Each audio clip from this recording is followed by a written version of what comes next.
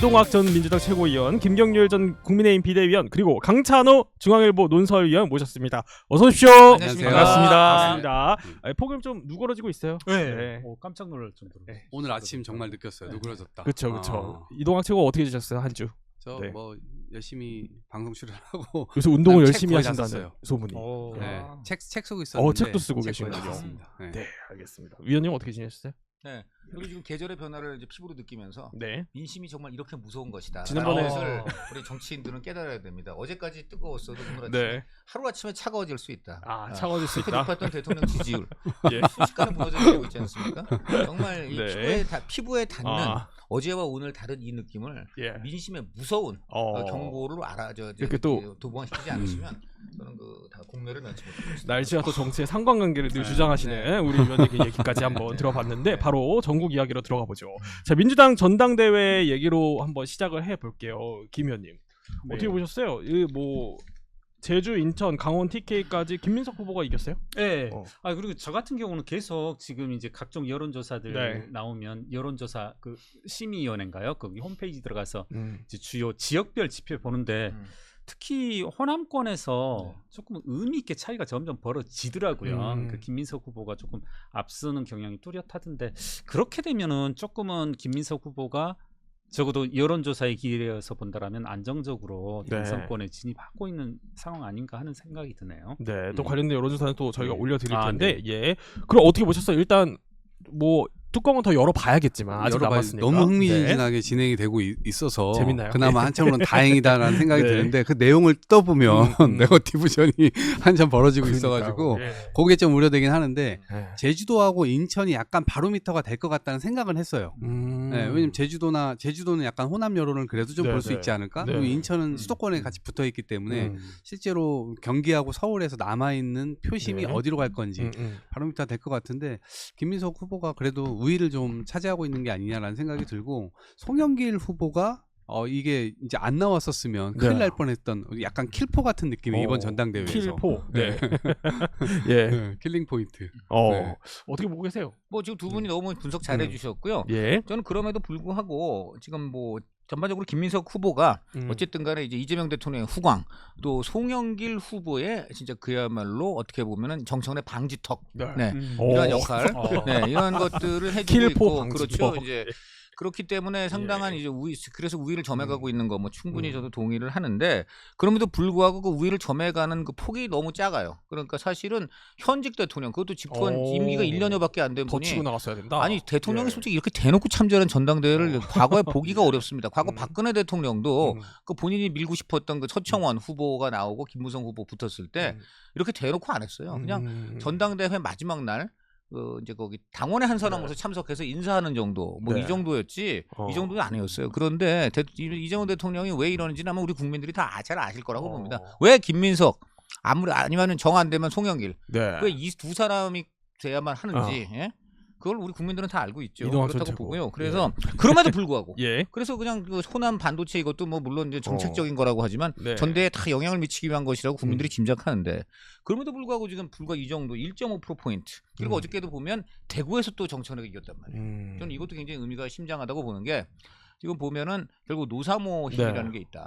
왜냐하면 노사모라는 게 이제 기본적으로 부울경이지만 네, 네. 또 일부는 그 같은 영남으로서 대구에도 좀 있다는 거거든요. 지금 들어보니까는 이 노사모를 이끄는 뭐 미키루크라든가 네. 이 노사모 쪽 사람들이 호남에도 총 집결령을 내렸다. 네. 이런 얘기가 있고 그다음에 마찬가지로 수도권도 그렇다는 얘기입니다. 네. 그래서 지금 보면은 그 정청래 후보가 신천지로 역공을 하는 상황에서 네.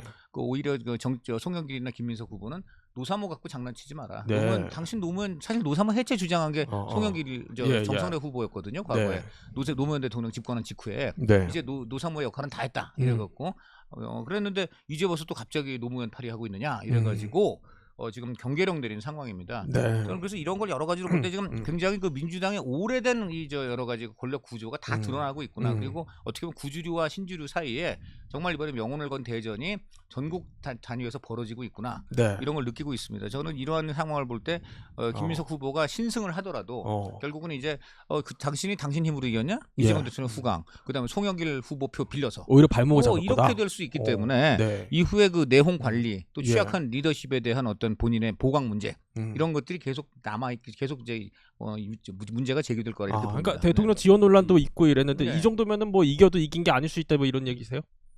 아니 이기면 이기는 거죠. 그리고 최근에 제가 한 가지만 보시면 그래서 보면 저는 근데 이번에 볼 때 이화영 전 부지사 국민참여재판 4대3으로 이화영 전 부지사가 졌어요. 유죄 판결 났단 말이에요. 그랬더니 실질적 무죄라고 주장하더군요. 4대3 3명이나 무죄라고 했으니까. 그러니까 저는 이게 말이 안 돼요. 지면 진 거예요. 맞습니다. 그죠? 아니 근데 말씀하신 게 정청래 후보는 저력이 있는 것 같긴 해요. 지금 왜냐하면 당원들 사이에서 어찌됐건 이 정도 느껴져요. 표를 가져갈 수 있다라고 하는 것은 저력이 있죠. 20여 년 동안 정치 활동을 하면서 꾸역꾸역 눌러 쌓아온 그 자기의 지지층들을 그는 갖고 있는 거잖아요. 그런 측면에서 정청래 후보가 상처를 너무 많이 받아가지고 실제로 앞으로 민주당의 어떤 지지층들을 챙겨가는 데 있어서 약간 역할을 못하게 하면 그것도 그거대로 문제일 거라고 봅니다. 그래서 김민석 후보가 혹시라도 된다 하더라도 정말 잘 껴안아야 돼요. 그렇게 가지 못하면 실제로 민주당의 분할 전당대회다 분당대회다 이게 얘기 나오고 있지만 분당은 안 되더라도 그 안에 갈라진 채로 계속 가게 되면 그게 대통령의 리스크가 될 수 있잖아요. 결국에는 누가 이기더라도 정말 상대를 제대로 껴안는 과제를 분명히 지고 있다는 큰 맞는 얘기입니다. 근데 어제였나요? 어제였나 그제였나 저기 정청래 후보 페이스북 글에 추미애 지사가 댓글을 달았어요? 네. 보셨어요? 보고 또 그리고 뭐 어머니 연구하신 거 봤는데 저 개인적 순전히 개인적인 생각으로는 추미애 지사와 엮이는 게 무슨 도움이 될까 하는 그런 생각이 들고 정 후보한테 저는 이제 정청래 후보 같은 경우 이제 그런 생각이 들어요. 야구 감독으로 치면은 이렇게 연패에 빠지는 순간에 뭔가 스스로 반등을 만들어내는 그런 계기가 조금 부족하지 않나. 그리고 이 민주당 대표 선거의 전 과정을 쭉 보노라면 정청래 후보가 반등하는 시점은 이제 제 해석입니다만은 유시민 평론가가 적극적으로 개입을 해줬을 때, 그러니까 유시민이 악역을 맡아주고 본인은 좀 두드러 맞는 그런 역할을 할 때 조금 조합이 이루어지면서 반등하다가 유시민 평론가가 조용하니까 지금 아무런 힘을 못 발휘하고 있거든요. 그렇군요. 이게 중요한 지적이죠. 그래서 전 조금은 정청래 후보 스스로가 지금 이 상황을 반등을 이루어내기는 조금 힘든데 유시민 평론가가 한 번 더 나서줘야만이. 그러면 이번 전당대회는 김민석 배후에는 이재명 대통령, 정청래 배후에는 유시민 씨. 그렇죠? 이재명은 유시민의 전쟁인가요? 이번 전당대회. 저는 조금은 유시민 적극적으로 나서줘야만. 지금 이제 이번 주 뭐 없나? 근데 왜 이분이 요즘 갑자기 침묵하죠? 정말 유해 침묵. 이 이유가 뭔지. 이번 주 뭐 없나요? 뭐 저도 들은 건 없는데 아니 근데 갑자기 침묵은 아닌 것 같고 갑자기 그때 나오셨던 거죠. 원래 침묵하시다가 원래 침묵하다가 책 쓰고 뭐 이렇게 하시다가 그 책 홍보 때문에 원래 잡혀 있었다는 일정이잖아요. 근데 그 일정에 나오셔가지고 폭탄을 많이 쏘셔가지고. 추미애 지사는 어떻게 생각하세요? 추미애 지사는 답글 단 거. 저는 이번에 보면 이재명 대통령이나 친명들이 정말 지난번 경기지사 때 한준호 밀었다가 이제 저 추미애 지사 후보한테 졌잖아요. 지금도 땅을 치고 정말 그때 그 아픔을 지금 되새길 것 같아요. 그때도 보면은 저는 친명과 친청의 당내에서의 세력 분포를 보여주는 양대 사건이 지난 1년간 있었다면은 두 가지인데 하나는 작년 9월에 이제 작년 8월에 전당대회 거기서 이제 집권이 불과 2달밖에 안 된 대통령이 미는 박찬대가 아니고 정청래가 압승을 했잖아요. 그걸 보면 행정 권력은 대통령이 갖고 왔지만 당내 조직에서는 친청계 내지 이 비명계가 이게 올등하구나 한번 이제 그게 드러났고 그 다음에 이번 지방선거에서 여러 군데에서 친청 친명 공천 여러 가지 경쟁이 벌어졌지만 제일 핵심적인 데가 경기도였어요. 거기에 이제 친명은 확실하게 한준호 후보 밀었는데 대통령도 뭐 명확히 그렇게 보이고 여지없이 확 1차에서 결선도 못 올라가고 졌잖아요. 그때 저는 친청 쪽에서는 이제 됐어. 이제 우리 조직력에서는 저 친명은 바닥을 드러냈고 우리는 그냥 이제 가는 거야. 전당대회 자신 있어. 저는 그때 저 친청과 친명이 경기도지사 선거 경선 때 또 확실히 어떤 양 서로 간의 세력 분포를 봤다고 봅니다. 그래서 저는 그 이후에 이재명 대통령도 작년만 해도 내가 여유가 있어서 참전 안 했는데 이거 도저히 안 되겠다. 한준호 날라가니까 이건 안 되겠다 해서 적극 참여했고요. 그런데 지금 보니까 그 경기도지사 경선에 친 게 너무 뼈 아파요. 결국 지금 추미애 지사는 딴 거 없어요.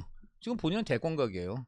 본인 육선 아닙니까? 각, 예, 네. 육선이고 그다음에 본인이 네. 지금 국회의장 해보려는데 그것도 사실은 네. 친명이 사실 그때만 해도 추미애 친명이었고 대통령 엄청 네. 도와줬었는데 예.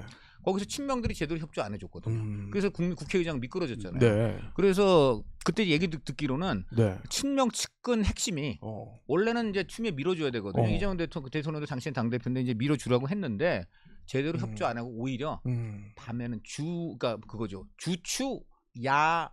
이렇게 뭘 많이 밤에는 만드세요. 그러니까 낮에는 네. 추미애 미는 척하는데 예. 밤에는 야 너 그냥 원시 찍어 이렇게 됐다는 거예요. 네. 그래서 그 이후에 가만히 이렇게 보면 추미애 지금 그 지사가 친명을 엄청 원망하고 있대. 제가 직접 들었어요. 추미애하고 가까운 정치인한테 들었는데 저 뭐 이 대통령을 비롯해서 친명들한테 굉장히 섭섭함을 표현한대요.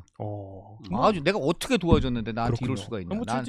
나한테 이럴 수가 있냐. 네. 그리고 그다음에 본인만 알겠죠. 그다음에 제가 들어보니까 그 정청래 지금 후보가 당 대표 시절에 그 전당 그 6.3 지방선거 치룰 때 예. 그 경기도만 가면은 다른 후보들 다른 그 경선 상황에서 다른 후보들 안 보고 그냥 추미애만 그렇게 그냥 가서 옆에서 이렇게 편들어주는 모습이 눈에 보였다는 거예요. 그래요. 눈에 보였다는 거예요. 네네. 그래서 명확하게 경기도에서 갈린 거예요. 지금 그때부터. 예, 그래서 저는 그 추미애 지사가 이제 지금 딴 거 뭐 있어요? 이제 남은 거 대통령이거든. 그래서 지금 저렇게 지금 나온 것이고 전당대 결국 전당대 직전에 저렇게 한 행동이죠. 저거 네. 경기도 파산 선언 굳이 지금 할 건 뭐 있어요? 전당대 끝나고 해도 되는데 왜 지금 해?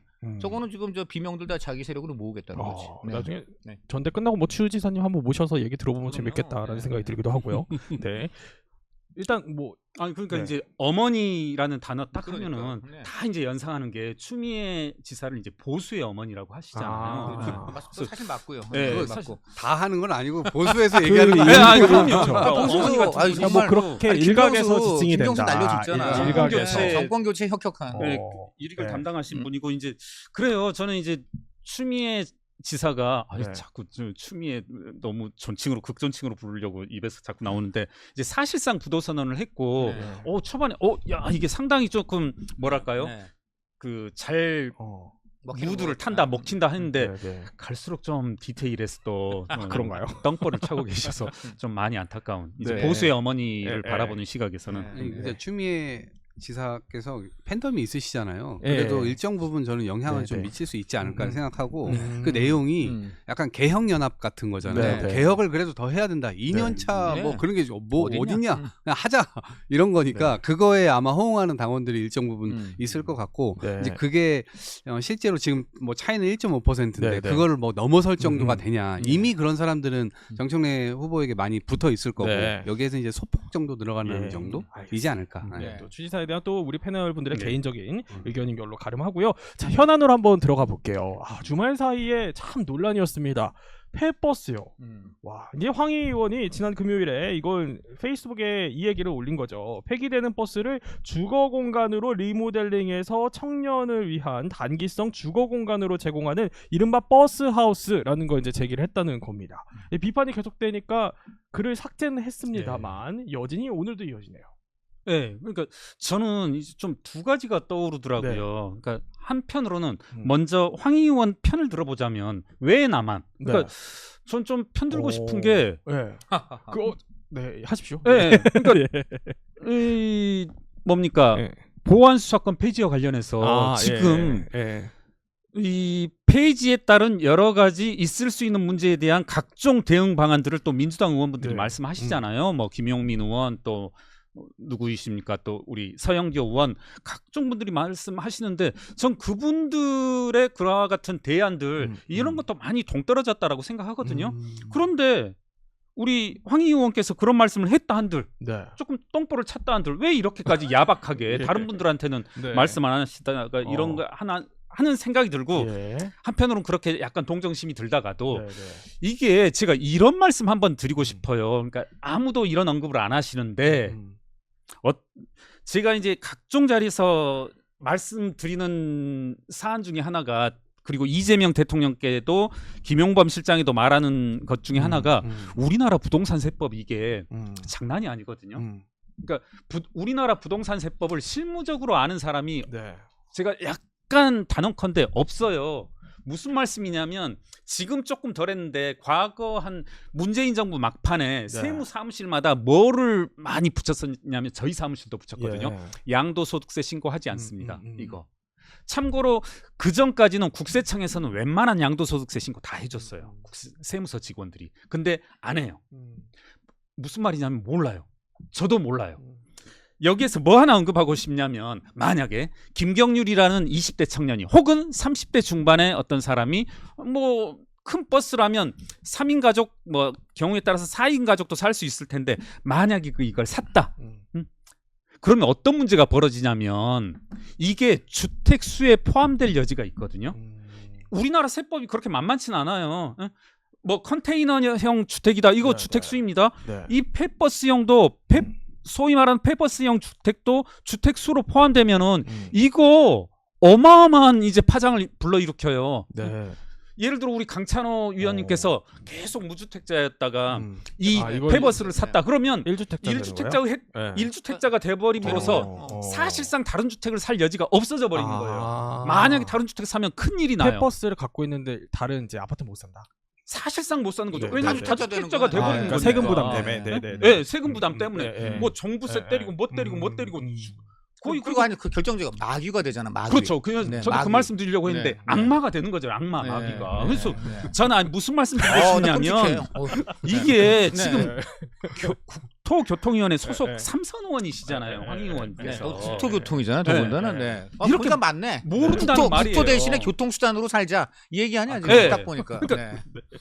황 의원도 모르고 저는 단언컨대 막히네. 이재명 네. 대통령도 부동산 세법 모르고 네. 아니, 아닌 것 김용범 같은데? 실장도 모르고. 그러니까 이번에 결국 29억짜리 그 아파트 24억 지금 그렇죠. 수익 얻는 본인은 이제 신공을, 편법으로 그렇게 저 빠지고. 그분 아마 컨설턴트 있을 것 같은데 국민 컨설턴트로 한번 등장시키면 좋을 것 같아요. 네, 엄청나신 분. 조금은 부동산 정책의 난맥상을 난맥상을 조금은 잘 드러냈다. 적나라하게 보여준 사례가 아닌가 네, 하는 생각이 네. 듭니다. 아니 근데 요거는 네. 너무 이렇게 막 디테일하게 뭐 들어갈 필요는 없을 것 같아요. 예. 근데 뭐 리모델링 비용을 네. 5천만 원으로 잡아도 1만 세대 네. 공급하는데 5천억 원 수준이면 좀 아이고. 디테일한 거 아닙니까? 네. 아니 근데 이게 예. 이게 땅이 또 어디다 하죠? 학교 운동장에다가 하나요? 그러니까 버스는 용적률이라고 하는 게 그냥 1층만 할 수 있는 거잖아요. 근데 막 풍자 모르겠어요. 밈 돌아다니는 거 보니까 맞아요. 이렇게 버스를 쌓던데요. 버스를 네. 그 쌓는데 또 쌓는 비용, 골재 비용 네. 들어갈 것 같고 네. 그럴 돈이 더 거면 들어요. 그냥 맞아요. 돈이 더 들어요. 그럴 거면 그냥 건물을 짓죠. 네. 그러니까 네. 이게 제가 예전에 세계 여행을 한번 했었거든요. 네, 네. 2017년부터 19년까지 그때 네덜란드 암스테르담 가니까 거기는 운하 도시예요. 아, 그걸 수로들이 쫙 언급하셨죠. 있어. 보트하우스. 거기에 이제 배가 네. 배 있는데 실제로 전 거기서 잔다고 배들이 쭉 서 있길래 도대체 네. 뭐지 하는데 거기서 먹고 자고 하는 사람들이 있더라고요. 근데 그게 1만 채를 해가지고 네, 어쨌든 네. 그게 약간 성공적 정책으로 네덜란드에서는 알려지고 있더라고요. 근데 그런 거를 좀 감안하셨던 것 같기도 한데 제가 볼 때 지금 한국적 상황에서는 안 맞는 것 같아요. 그냥 아이디어 차원으로 얘기를 본인도 했다고 하시고 하니까. 근데 이게 지금 생각해 보면 야 이게 지금 청년들이 생각할 때 이건 진짜 아니다 이렇게 생각하실 것 같아요. 저도 이게 캠핑 같은 삶을 살고 싶죠 누구나. 네. 그런데 진짜로 이거를 삶에서 하자고 하면 그때부터는 이게 다큐가 되는 거거든요. 네, 쉽지 않은 거예요. 그래서 이건 당 입장도 아니고. 네, 그래서 제가 볼 때는 그냥 아이디어 차원에서 네. 얘기를 한 건데 부적절했죠. 저는 근데 네. 이게 단순 개인 의원의 아이디어라고 생각되지 않습니다. 민주당 전체의 토양에서 사고적 의식의 토양이 이래요. 그러니까 기본적으로 본인들은 과거에 그들이 그렇게 비판에 맞지 않는 뭐 네. 마귀들하고 똑같이 그렇게 다 했습니다. 이재명 대통령부터 그렇잖아요. 97년도에 3억 6천 원, 98년도인가요? 3억 6천만 원짜리 집을 사서 결국 지금 양도세 1억 1천만 원 해가지고 29억에 팔았으니까 적어도 25억, 24억에 지금 시세 차익을 누렸다는 게 지금 어떤 세무사나 이런 분들 다 지금 분석이지 않습니까? 맞습니다. 지금 그리고 본인이 그렇게 지금 규제한다는 대출 17.7억 원에 그냥 저 근저당 신공에다가 본인이 그토록 탈피하겠다는 장특공 다 지금 적용 받아갖고 그렇게 된 거잖아요. 본인들은 그렇게 하면서 왜 우리 청년들한테는 그런 기회를 안 줘요? 왜 사다리 걷어차기로 보고 거기다가 이제 기가 막힌 게 사다리 걷어차서 그럼 우리가 어디서 살란 말이냐 하니까 폐버스 여기서 저는 단순히 저게 한 개인의 실언이 아니고 이 민주당 정권이 보여주고 있는 우리는 이제 이렇게 해서 돈 모아서 집 샀지만 집 사고 이런 차익 누리지만 너희들부터는 그렇게 안 되라는 그리고 니들은 그럼 우리 어떻게 살아? 공공주택 살아, 임대주택 살아, 그리고 폐버스에 살아. 지금 이렇게 지금 되고 있기 때문에 이게 지금 단순한 실언으로 황희 개인에 대한 비판이 아니에요. 지금 민주당 전체에 대한 이 부동산 끝없이 노무현, 문재인, 이재명의 이 3대에 걸쳐서 계속 이어지고 있는 진짜 그야말로 청년들에게 사다리 걷어차는 이 네. 지금 부동산 정책에 대한 아주 저는 제가 피 끓는 피 터지는 지금 절규라고 봅니다. 예. 아니 제가 비판은 이제 네. 일정 부분 수용하겠는데 공공임대주택이나 이런 것들은 당연히 예, 필요하죠. 예, 예, 왜냐하면 예, 모든 예. 국민이 어떻게 다 15억짜리, 20억짜리 아파트를 갑니까? 네. 금융지원 대책 그거를 지원해줘가지고 실제로 평생 이 빚에 허덕이게 만들고 이거는 네. 정상적인 건 아니죠. 그래서 저는 민간 주도로 뭐 저 주택을 공급하는 것도 필요하고 네. 공공에서도 당연히 필요한 거예요. 근데 공공 비율은 계속 줄여왔잖아요. 네.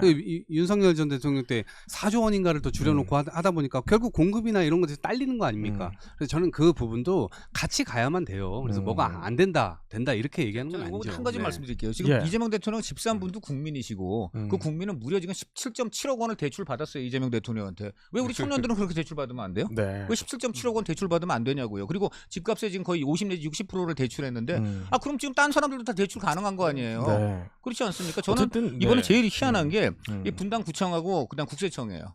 여기서 음. 지금 17.7억 원이라는 근저당 설정 이거 흔한 거래 아니잖아요. 음. 제가 듣기로 이러면 당연히 구청에서 토호제 심사 때 깜깜하게 묻고 그다음에 안 국세청에서 되죠. 세무조사 네. 안 나옵니까? 안 되죠. 두 개 다 사실상. 두 기관이 너무 이상한 게요. 네. 더군다나 재판부 누구예요? 재판부 지금 정권 사범에다가 재판 5개 걸려 있는 분이잖아요. 이런 분이 지금 17.7억 원 네. 근저당 걸었다 그러면 어. 당연히 그렇지 않겠습니까? 세무사님 말씀해 주세요. 어떻게 보십니까? 아니 네. 맞아요. 그러니까 이제 문제는 예.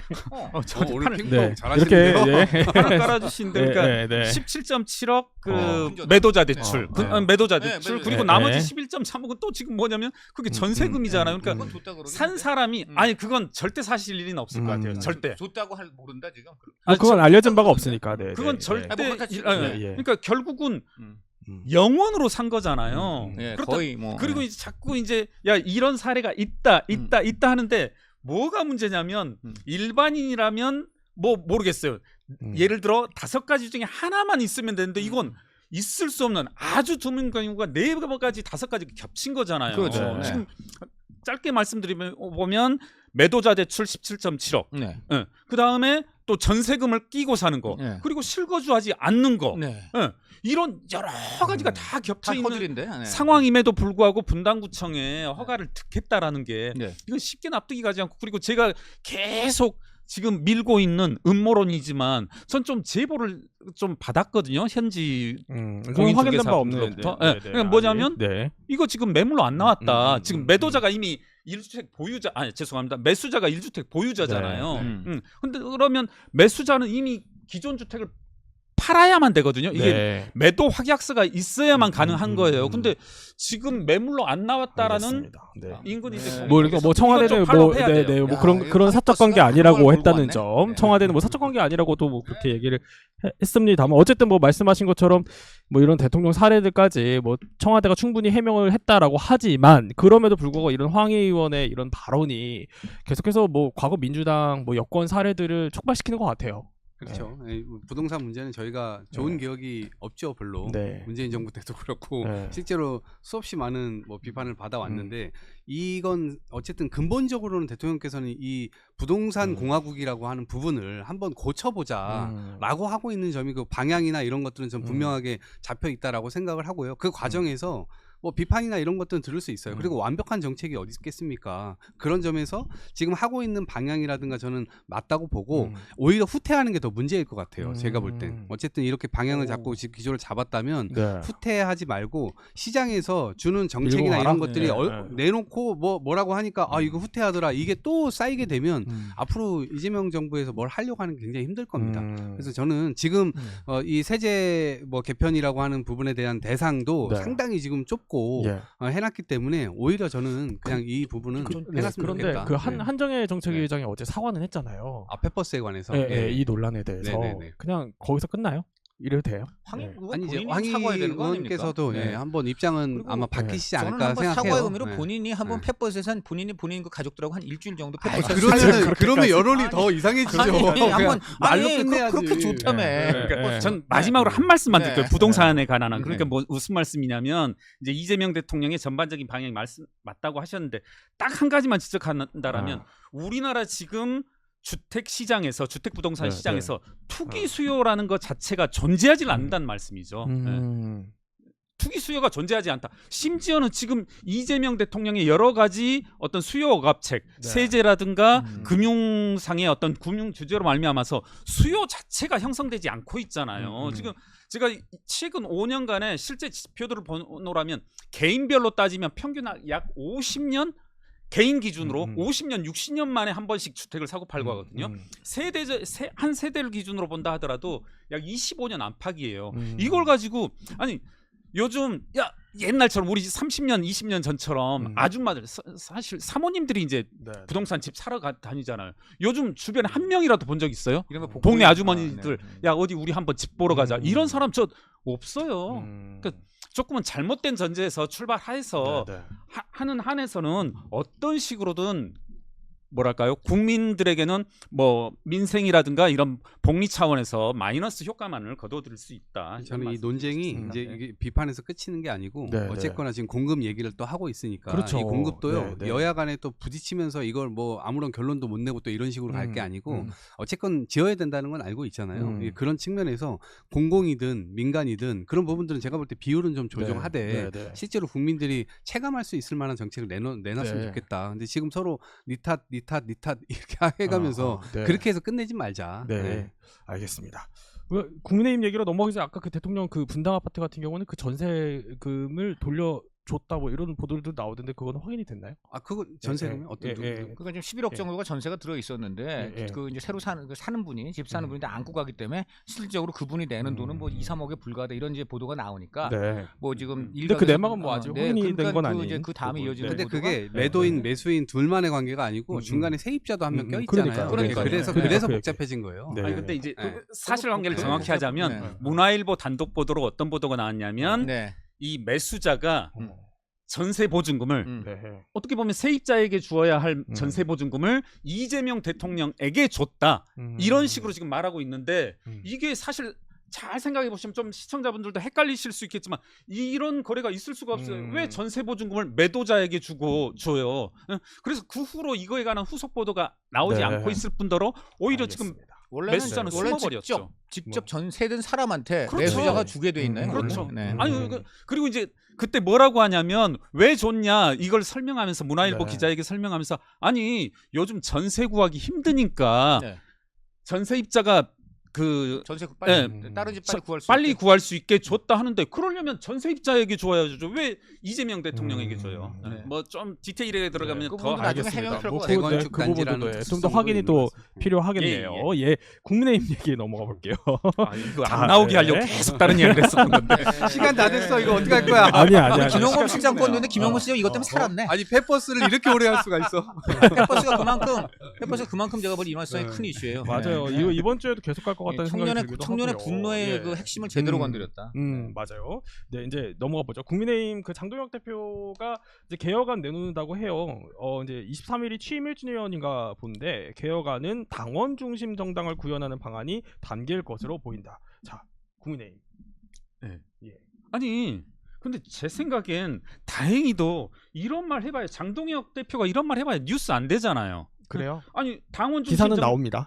당원 정당 중심으로 개혁한다. 이거 옛날부터 나왔던 말이고. 근데 그 반응이 이제 나올 거 아니에요. 이제 그러면 슬슬 뉴스가 나오죠. 되죠. 여기에 대한 근데 이제 사실 전 그래요. 그러니까 장동혁 대표 뭐 말이 의미가 있나요? 이 사람 말이 정치권에서.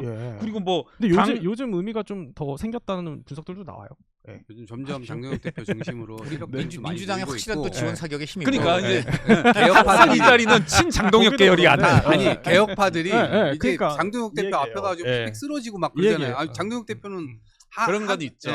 칼을 휘두르지도 않았는데 자기들이 알아서 쓰러지니까. 그만큼 이제 제 생각에 국민의힘의 어떤 체질적인 문제인 것 같아요. 아까 말씀하셨지만 민주당의 어떤 구조적인 문제다 말씀하셨는데 이 솔직히 저로서도 무슨 생각이 드냐면 국민의힘이 과연 국민들에게 민주당의 대안으로 비춰질 수 있나? 지금 보면 뭐 부동산 실정이다, 그리고 뭐 보안 수사권 문제다, 주식 시장이다, 이런 여러 가지 실제 하나하나 개별 지표에서는 압도적으로 부정적인 여론이 형성되었음에도 불구하고 민주당과 국민의힘의 여론조사를 보면 정말 차마 부끄러울 정도의 의미 있는 차이를 보이고 있잖아요. 그러니까 그런 지적, 두 분의 지적에 전적으로 동의합니다. 그러니까 국민의힘이 과연 이 국민들에게 네. 대안 세력으로서 뭐 네. 올바른 정치인으로 모습으로 비춰질 수 있냐 하면 저 역시도 좀 지극히 그러니까 회의적입니다. 민주당 전당대회 목표는 분명한 것 같아요. 친청계는 정청래, 친명계는 이제 뭐 김민석이나 송영길인데 그분들이 동시에 네. 이제 러닝메이트로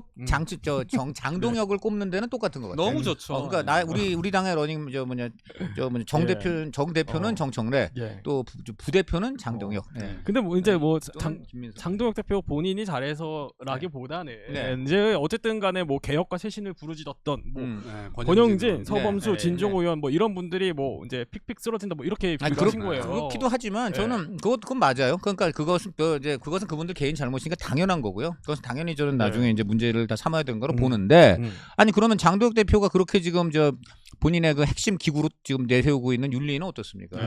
윤리위 윤민호 부위원장이 도저히 이 사람이 윤리위라는 기구를 이끌 만큼의 윤리성이 전혀 없고 책임 문제에서도 엄청난 문제가 있고 심지어 징계 대상으로밖에 볼 수가 없는 상황이 딴 사람도 아니고 바로 이인재 부위원장과 또 다른 그 윤리위원이 제기를 했잖아요.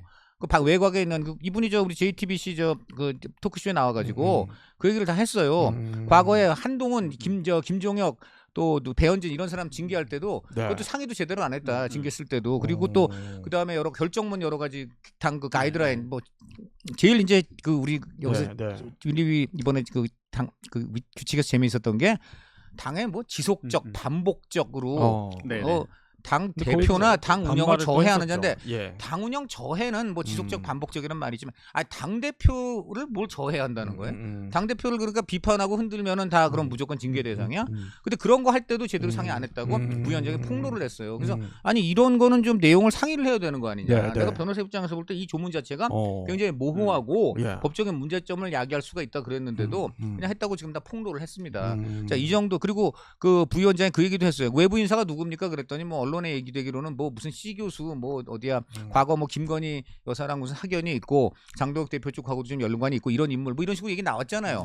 자, 이 정도 되면 그런 사람한테 독립성이 최고의 그 어떤 책임인 윤리위원장이 정보를 공유하고 내통을 했다. 지금 이런 비판을 받을 수밖에 없고 이거는 핵심 징계 사유입니다. 그렇게 지금 징계하고 싶다면 먼저 윤민호 위원장부터 징계를 해야 됩니다. 그래야지 영이 쓰지. 아니 그 경찰청장이 음주운전 해놓고 갑자기 음주운전 조금이라도 0.00이라도 한 사람은 다 잡겠다. 경찰청장이 그러면 그 경찰이 도대체 그 단속 그 어떤 권위가 있겠습니까? 네, 뭐 이런 그렇죠. 뭐 의혹 제기가 있고 뭐 여러 가지 보도가 있음에도 불구하고 어쨌든 징계는 하겠다는 거거든요. 그렇죠. 그러면 네. 징계 수위는 어느 정도 나올 것 같으세요? 징계 수위를 세게 못할 것 같아요. 왜냐하면 세게 하면요, 실제로 그 이전에 장동혁 대표 측에서 실수했던 실언했던 수많은 사람들이 있잖아요. 그 사람들은 전부 다 손방망이로 때렸어요. 하나도 안 아프게 때렸단 말이에요. 김혜지 의원 비판했던 뭐 네, 그건 너무 심각한 거잖아요. 네, 사실은 네. 등가적으로 비교하면. 네. 그래서 그러한 부분들 때문에 스스로가 들고 있는 칼 자체가 낡은 칼이에요. 녹슨 칼이란 말이에요. 이게 칼을 휘둘러도 그 칼이 부러지지 사람이 부러지지 않을 것 같아요. 대표적으로 민주당에서 과거 그 성범죄 이제 의혹으로 논란이 됐던 장경태 이분에 대해서 정청래 대표가 정말 손방망이로 뭐 감찰 지시했지만 계속 서울시당 위원장도 유지해주고 당권파는 그렇게 해주고 반대로 비당권파였던 뭐 예를 들어 김관영 이런 사람들은 빛의 속도로 날리고 뭐 이런 것들이 민주당에서 항상 논란이 되었지 않습니까? 여기서 그런 일들이 벌어지고 있는 거죠. 네. 저는 이게 지방선거 끝나고 보수 삼국지가 펼쳐질 거라고 생각을 했는데 근데 오세훈 한동훈이 살아 돌아왔잖아요. 막 살아 돌아왔는데 이렇게까지 빨리 무너지게 될 줄은 몰랐어요. 오세훈 한동훈이 아니 권영진이 핵심 사람 대안과 미래가 무너지면서 사실상 오세훈도 힘을 잃게 될 수밖에 없고 그러니까 유승민 의원이 지금 막 나오잖아요. 그러니까 약간 유승민 대안론이 막 나오고 한동훈 의원도 지금까지 아직도 입장을 밝히지 않고 있잖아요.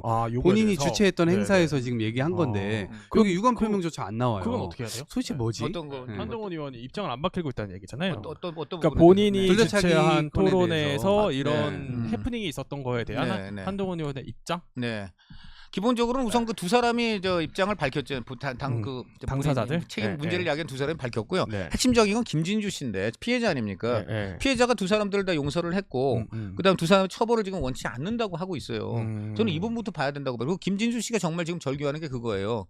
내가 거기 참석한 이유가 네. 이 보안수사권 폐지가 얼마나 큰 문제, 나 같은 피해자를 나는 그나마 운이 좋아서 이제 이 정도 됐지만 얼마나 많은 여성과 약자들의 피눈물을 흘릴 것인가. 내가 그게 이제 걱정돼서 나왔는데 그 본질은 덮이고 네. 지금 저 국민의 힘이 더군다나 뭐 나 지켜주겠다고 나선 줄 알았더니 네. 나는 내가 제기한 문제는 어디로 사라지고 예. 지금 보니까 당권을 위해서 본인이 이미 용서한. 용서를 하고 뭐 대신에 이제 앞으로 더 열심히 일해주세요라고 그래 했던 서범수 진종호 징계하는 거에 모든 에너지를 네. 쓰고 있다. 예. 이 부분을 저는 봐야 된다고 봐요. 알겠습니다. 네. 근데 뭐 그냥 제 느낌적인 느낌이지만 그 이제 이 해프닝 이후에 그 한동훈 의원의 좀 목소리는 좀 줄어든 것 같다는 느낌이 살짝 들기도 하고요. 그렇게 봐야 되는 거예요? 네, 아니 네. 뭐 그건 그럴 아니에요. 것 같진 않은데. 네, 네, 네, 네. 저는 그렇게 보지 않습니다. 왜냐면은 그날도 보면은 저는 뭐 이거는 이 자체로 이제 앞으로 계속 굴러가겠는데요. 네. 저는 거듭 말씀드립니다만 이거는 네. 한동훈 입장 표명 이전에 예, 예. 이 문제를 이런 식으로 끌고 가는 당 지도부가 더군다나 사실 음. 모든 이런 특히 결국 이게 뭐냐면 네. 성 문제에 대한 가해잖아요. 그 피해자에 대한 2차 가해 논란인데 정작 그 피해자가 네. 여기에 대해서 그 가해자들이 물론 반성을 공개적으로 했고 네. 또 그 당사자한테도 용서를 구했는데 당사자가 용서를 했어요. 음. 공개적으로 지금 용서를 했어. 진종호 의원한테는 천국 가세요란 말까지 했어. 그거 왜 그래요? 그 어떤 본인 사과의 진정성을 받아들였고 피해자가 네. 둘째로는 자 이걸 바탕으로 우리가 확실하게 보안수사권 폐지 예. 여기에 대해서 다 투쟁을 하자. 이렇게 된 거예요. 그게 지금 피해자의 절전한 요구입니다. 그런데 지금 당은 피해자를 위하는 척하면서 네. 피해자가 원하는 것은 들어주지 않고 예. 그리고 지금 그걸 그냥 핑계로 그동안 손보고 싶었던 사람들 손보는 지금 정치적인 당리당략을 하고 있잖아요. 이게 본질이에요. 그러니까 저는 이거에 대해서는 이거부터 좀 먼저 저는 이래야 된다고 봐요. 먼저 김진주 씨 얘기하는 대로 네, 네. 좀 당이 그렇게 처신을 해야 돼요. 먼저 이 보안수사권 폐지에 대해서 더 확실하게 나가면서 이런 문제를 그리고 이거 당리당략으로 특정인을 표적으로 지금 하는 그런 게 아니고 보편적인 어떤 그런 그 상식에 입각한 그런 징계를 해야 될 것이고 그럼 그 다음에는 저는 한동훈 의원이 말할 기회가 있다고 보고 또 네. 하나는 이걸 이제 이 바탕으로 보안수사권 폐지와 또 이거에 지금 원래 원인이 된 노무현 별세 사건에 대한 재조명 이걸 지금 한동훈 의원이 들고 나왔거든요. 네. 그러니까 저는 이것도 앞으로 오히려 더 새로운 논란과 이슈가 될 수 있다 이렇게 봅니다. 김진주 네. 씨 건에 대해서는 제가 공감하는 면은 있는데 예. 실제로 정치적으로 활용하는 바가 있죠. 장동혁계에서. 네. 근데 한동훈계가 그동안 뭔가 장동혁계에서 뭔가 잘못됐을 때 네, 엄청난 네. 비판을 많이 했잖아요. 예. 근데 그 비판이 살아 잣대가? 있으려면 예. 본인들 스스로가 잘못했을 때 네. 어떤 입장들이 나와야 될 거 아닙니까? 그럼 엄정한 더 입장이? 처절하게 뭔가 네. 이 조치를 취하고 이러든가. 근데 지금 입을 닫는단 말이에요.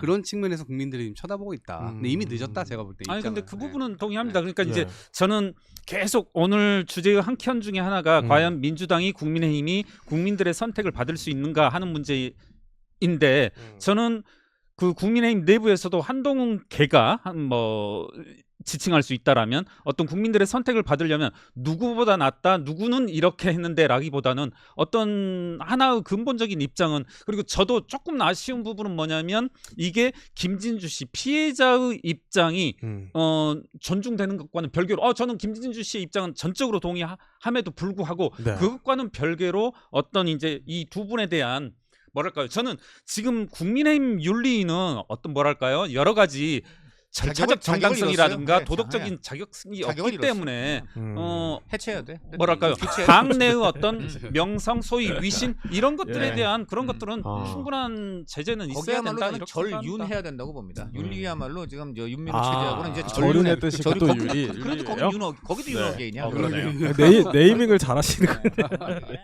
한 조금만 더 얘기해 보면 그 아까 유승민 의원의 행보에도 좀 관심이 모아진다고 하셔가지고 이거 어떻게 될까요?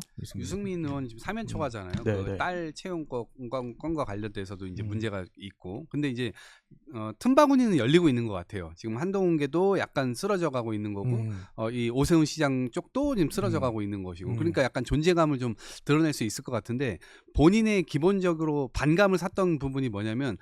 자기 혼자만 거의 정치를 한다는 느낌인 거잖아요. 팀이 없다. 네. 근데 지금은 약간 보폭을 이쪽으로도 넓히고 저쪽으로도 넓히고 예. 심지어 윤석열 뭐 지지했던 사람들하고도 다 같이 해야 된다 이런 메시지를 내면서 약간의 존재감을 펼치고 있는 게 아니냐. 그래서 차기 뭐 전대 준비한다. 제가 볼 때 그건 아닌 것 같고 오세훈 시장의 뭐 이렇게 후타로 서울시장 혹시 뭐 보궐선거 이런 거, 열리면? 그런 거에 예. 대한 어떤 염두를 좀 있는 게 아니냐. 네. 저는 그런 생각이 드는데 만약에 그게 성공한다면 예. 그럼 민주당으로서는 진짜 상당히 긴장해야 되는 카드는 맞는 것 같습니다. 참고로 상 이거 말씀드리거든요. 예. 고려대에서 지난 네. 6일날 네. 유승민 씨 딸 의원 연구 부정 의혹에 그거는 문제가 없었다. 그 부정이라고 볼 수 결론은- 없다라고 분명히 결론을 내렸습니다. 자기 음, 표절 논문 쪼개기 그렇게 해당되지 않는다. 기사가 분명히 이렇게 있었죠. 얘기를 네, 했습니다. 네. 예. 자, 그러니까 이거는 음. 해결이 된 거고요. 물론 이후에 문제 제기도 할 수는 있는데 적어도 고대가 지금 공식적 공개적으로 이거는 그런 문제가 없다라고 한 점을 분명히 좀 아셔야 될 것 같아요. 이렇게 또 정정을 해주시는. 그건 인천대 채용 과정인데. 네. 고대에서는 적어도 문제가 예, 예. 없다. 인천대도 또 가야 네. 돼. 알겠습니다. 네. 또 세 분과 함께 정치 속풀이 진행해봤습니다. 고맙습니다. 네. 고맙습니다. 네. 고맙습니다.